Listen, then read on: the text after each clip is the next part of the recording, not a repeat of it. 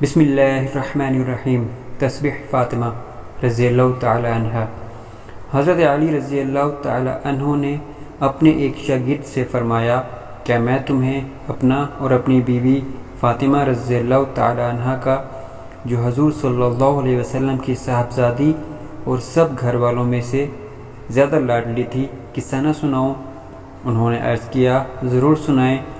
فرمایا کہ وہ خود چکی پیستی تھی جس سے ہاتھوں میں گٹے پڑ گئے تھے، اور خود ہی مشک بھر کر لاتی تھی جس سے سینے پر رسی کے نشان پڑ گئے تھے، خود ہی جھاڑو دیتی تھیں جس کی وجہ سے کپڑے میلے رہتے تھے۔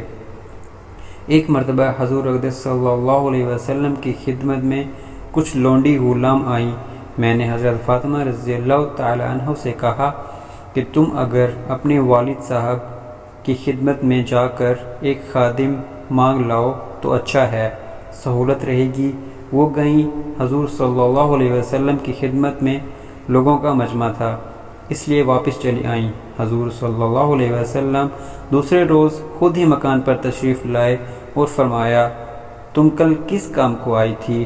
وہ چپ ہو گئیں، شرم کی وجہ سے بول بھی نہ سکیں۔ میں نے عرض کیا، حضور صلی اللہ علیہ وسلم چکی سے ہاتھ میں نشان پڑ گئے، مشکیزہ بھرنے کی وجہ سے سینے پر بھی نشان پڑ گیا ہے، جھاڑو دینے کی وجہ سے کپڑے میلے رہتے ہیں۔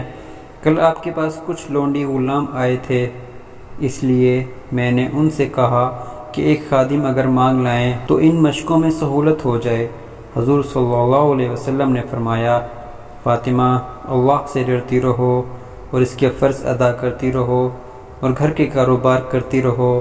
جب سونے کے لیے لیٹو تو سبحان اللہ 33 مرتبہ، الحمدللہ 33 مرتبہ، اللہ اکبر 34 مرتبہ پڑھ لیا کرو، یہ خادم سے بہتر ہے۔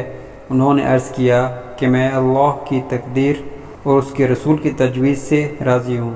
سبحان اللہ۔